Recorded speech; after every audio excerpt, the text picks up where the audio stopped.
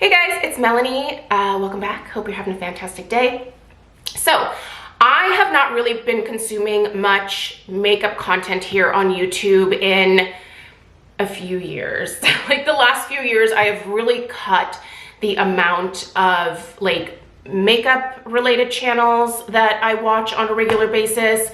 And that is not because I'm not into makeup anymore. But obviously, I have it on my face in every single video and I like it. I love to play with makeup. I do it every single day, even if I'm not going anywhere. I always do my makeup. It just helps me feel like I'm ready for my day. It helps me feel like I'm put together, and it's also a form of artistic expression for me. I'm a very creative person, and sometimes I just like playing with the different features on my face and seeing if I can make myself look drastically different with, you know, color, basically, which I don't think that I look that drastically different. I don't think makeup is a necessity. I don't think you have to wear it. I just honestly, I like wearing it. But I cut my makeup consumption here on YouTube significantly because I found that I got to a place where every time that I was watching makeup reviews or I was watching people do tutorials, I just felt this insane urge to go shopping to buy all the things that they were using. And I just needed to get that in check because my makeup collection had gotten quite large, and I was doing all of these declutters, and it was wasteful, right? Like, no one needs any of this stuff, but I felt like I was being particularly wasteful. And not consuming the content, I think, really helped me come to terms with the fact that I really actually like what I already have, and I should try using more of that stuff. Now, it's not that I haven't not purchased any makeup over the last several years. Clearly I have, but I've cut my spending in that department significantly, and that's honestly why I also haven't done a ton of makeup related content here on my channel as of late, other than my weekly beauty favorites. I usually always mention some makeup in there, but it just helped me get to a better place with my spending when it came to that. So, however, I decided that now that I'm in a good place with that and I feel like I have some control over that particular spending, I started watching makeup content again over the last month or two. And I've been watching other people's contour routines. Contour routines always fascinate me because everybody has a different face shape. You know, like we have our basic face shapes. We have, you know, the heart-shaped face, we have the oval, we have the more squared face, we have a very round face. I would put myself in the round face category, and contour is usually a big part of my routine every single day when it comes to makeup, because I definitely like to have my face look a little bit more angular. I think being born with a round face makes me immediately jealous of people that have angles on their face, because you always want what you don't have, right? Like that seems to be the norm in our society. So every single day, typically what I would do is just contour like right here underneath my cheekbone a little bit. I would contour a little bit around my hairline. I would do the sides of my nose, and that was pretty much it. So, in the last year, however, I started getting Xeomin, which is a type of tox, like Botox, in my masseter muscles, and that I think has changed the shape of my face a little bit. So I kind of feel like it might be time to update the routine. And when I came across, by the way, I do have a video about getting Xeomin or tox basically in my masseter muscles, just so it's not for any type of like beauty reason, you guys. I was grinding my teeth down. My dentist was like, you're gonna end up with a gum graft in the next like 2 years if you don't stop grinding your teeth at the rate that you're doing it. And I don't know if you've ever had a gum graft. I know people who have, and they say it's incredibly painful. I'd like to avoid that at all costs. So I decided to get the tox because most of the grinding that I was doing was during the day. I have a night guard. I mean, any dentist that you go to when you grind your teeth, they're immediately going to be like, you need a night guard. So I have one of those. But I was grinding more during the day than I think at night. So it made sense for me to get the tox, and it's been wonderful. In fact, I think in January, I'll do like a 1-year update on how I thought this year went getting it. But yeah, so it has changed the look of my face a little bit, and I've gotten comments about that. it really atrophied that masseter muscle. And so I used to have a really bulky, like, lower jaw here, and it just isn't that bulky anymore. And if you look, like, if you go back a year or two in my videos, especially I would say a year ago, because my masseter muscles had gotten, it was insane, you guys. They were so huge, especially when I look back at those videos now. It is such a drastic difference. And it's so nice to not have that tension all the time. I couldn't even open my mouth very far because of it, but this is not about the masseter muscle. I'll do an update on that. But so the skull contour routine is one that I have seen multiple times. And I wanted to try it with you guys today. I've seen most of these skull contour routines using cream products. However, I have oily skin and I use exclusively powder products on my face, including powder foundation. So all of my like makeup other than, you know, the contour is done at this point. So I thought we could go ahead and use the products that I use every single day in a slightly different way to use this skull contour routine to see if that's even more flattering for my face shape. So the products I'm going to be using are the sculpting powder from Kevyn Aucoin. I have the shade medium. I've been using this for several years now. The best color match for me, I think, ever, and I love the formula. The two brushes I'm going to be using are the 107 and the 206 from BK Beauty.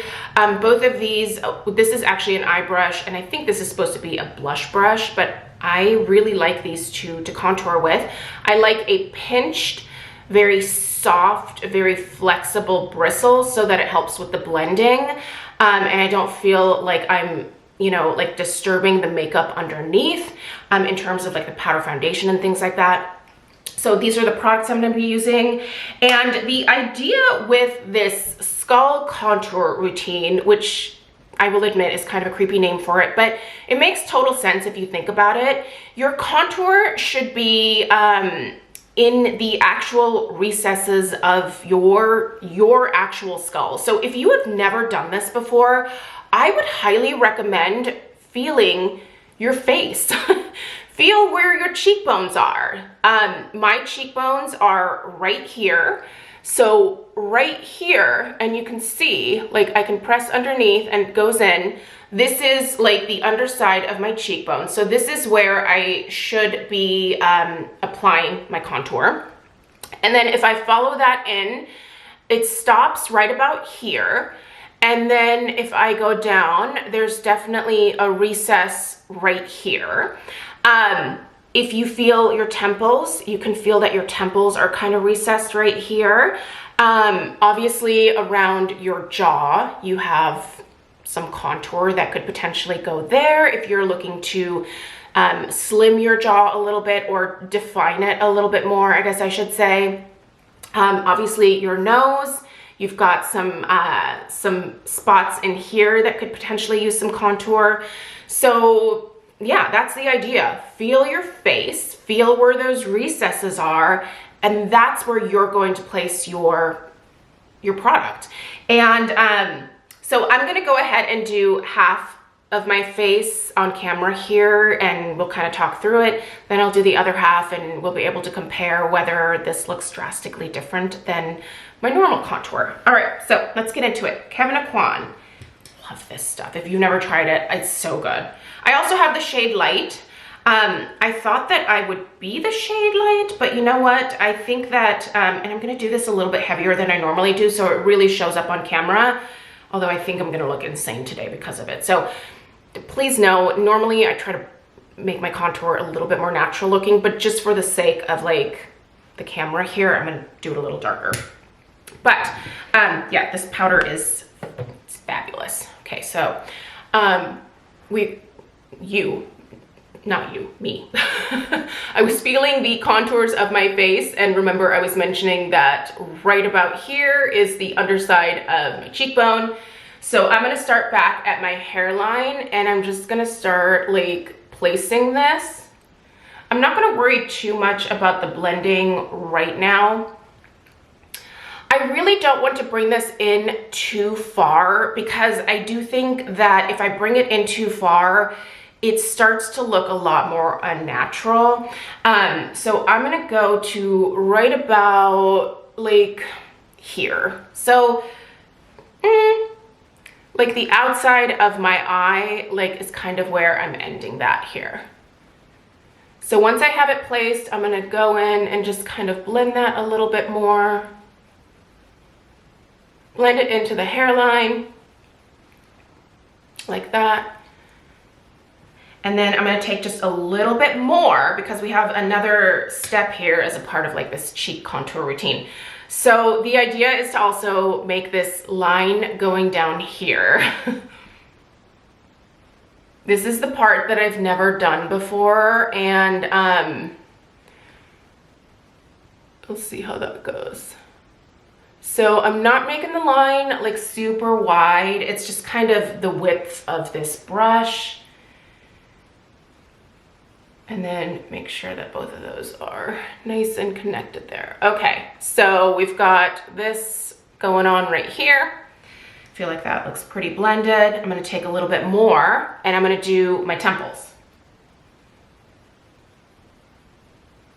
Normally when I contour like around my hairline, I just do this like motion along the hairline, which I probably isn't the most flattering, but I just, you know, it's quick, so I do it. But let's go ahead and just do the temples here.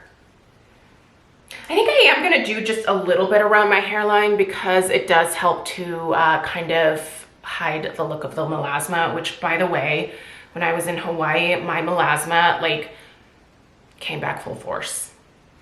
I'm pissed about it.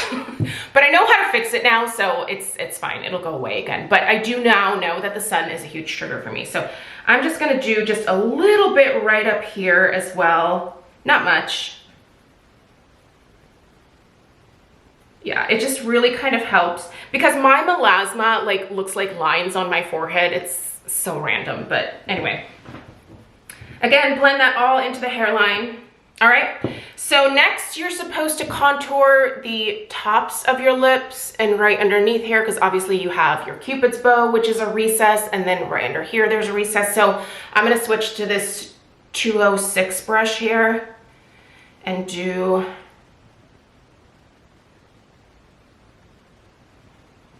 just a little bit right there. And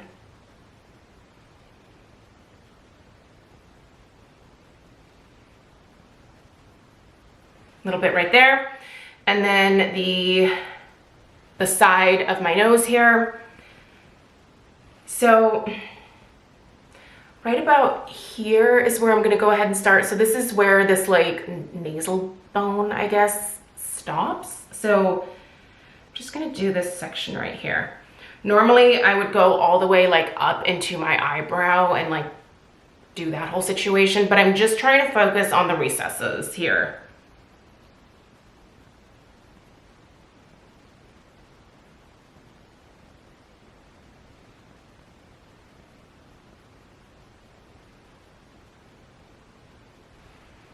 Ooh. I feel like that needs just a little bit of softening there. I may have applied a little too much. Okay. And then I'm gonna take just a little bit more and I'm gonna do my jawline right here where I have lost, I guess, a little bit of definition from losing my masseter muscle, which if that thing never came back the way that it was, that would be fantastic. And I'm gonna do a little bit underneath my chin as well.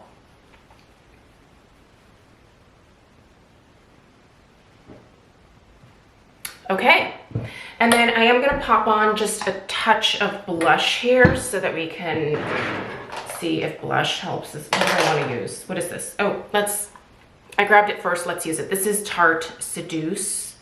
This is a really pretty shade. So I'm gonna try to keep my blush a little bit more lifted, not put it right on the apples of my cheeks. I think that that definitely creates a more like round face, and because I don't have it, I want a more angular face. So.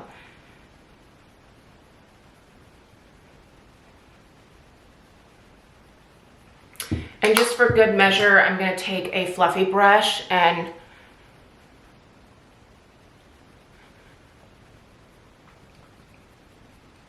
sort of blend everything.